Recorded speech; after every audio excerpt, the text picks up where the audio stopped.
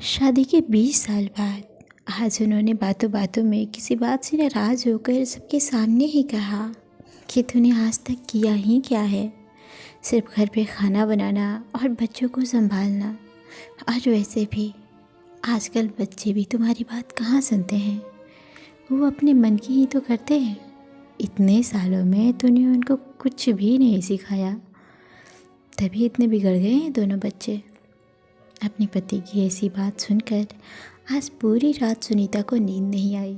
सुनीता सोचती रही, रोती रही कि सच में मैंने आज तक किया ही क्या है।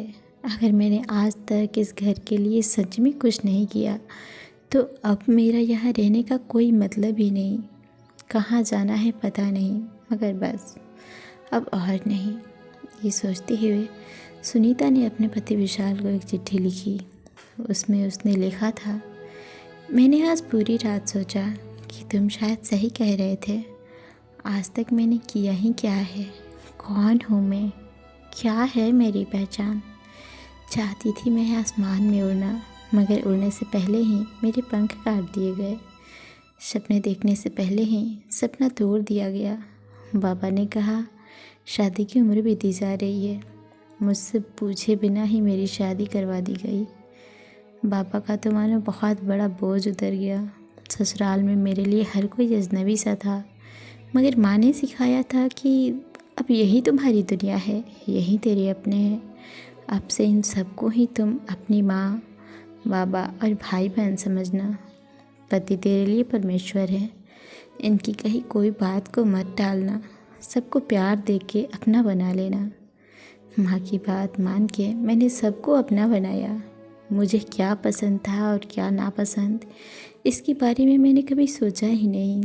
सुबह को आपकी कॉफ़ी और नाश्ता, बच्चों का लंच बॉक्स, बाबा की डायबिटीज़ की अलग से दवाई, नाश्ता, माँ के घुटनों की तेल मालिश, आपका टिफ़िन, मार्केट जाना, शाम के खाने की तैयारी करना, माँ को इलाज के लिए बार बार अस्पताल ले जाना, बच्चों को पढ़ाना, उनकी शैतानियाँ बर्दाश्त करना।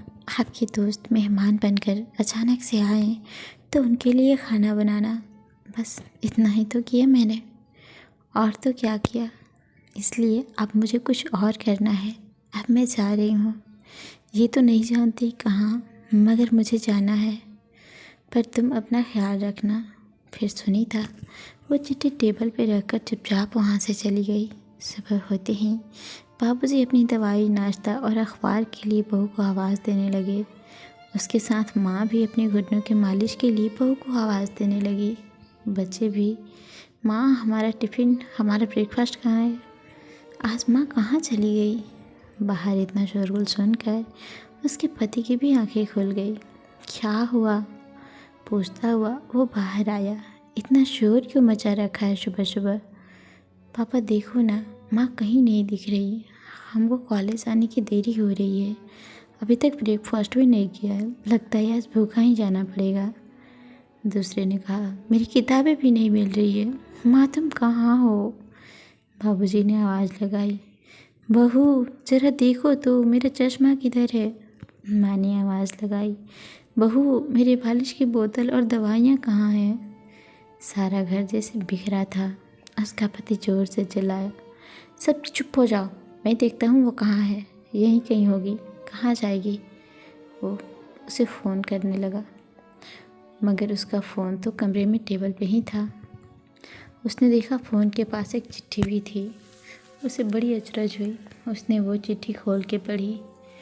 चिट्ठी पढ़कर ही उसे याद आया कि उसने कल शाम अपनी बीवी का कैसे अपमान किया था, वो भी सबके सामने। उसे अपनी गलती का एहसास हुआ। वो उसे माफ़ी मांगना चाहता था, मगर कैसे, उसका कोई अता पता नहीं था।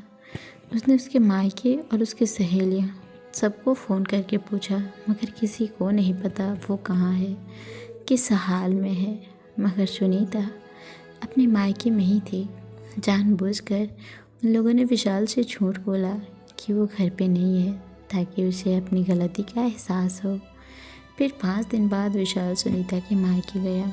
वो वहाँ सुनीता को देखकर वो खुश हो गया, और सबसे पहले विशाल ने सबके सामने सुनीता से अपनी गलतियों की माफ़ी मांगी और वापस घर चलने को कहा। औरत का दिल तो वैसे भी बड़ा होता है, इसलिए वो अपने परिवार को कैसे अकेला छोड़ देती।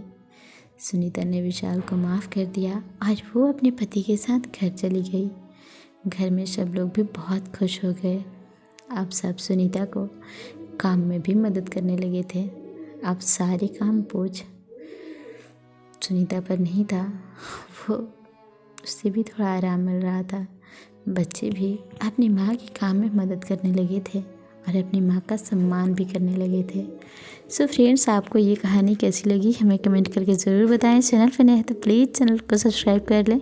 मिलते हैं ऐसी किसी दूसरी कहानी में, तब तक के लिए नमस्कार, प्रणाम। अपना ख्याल रखें, अपनों का ख्याल रखें। Bye bye.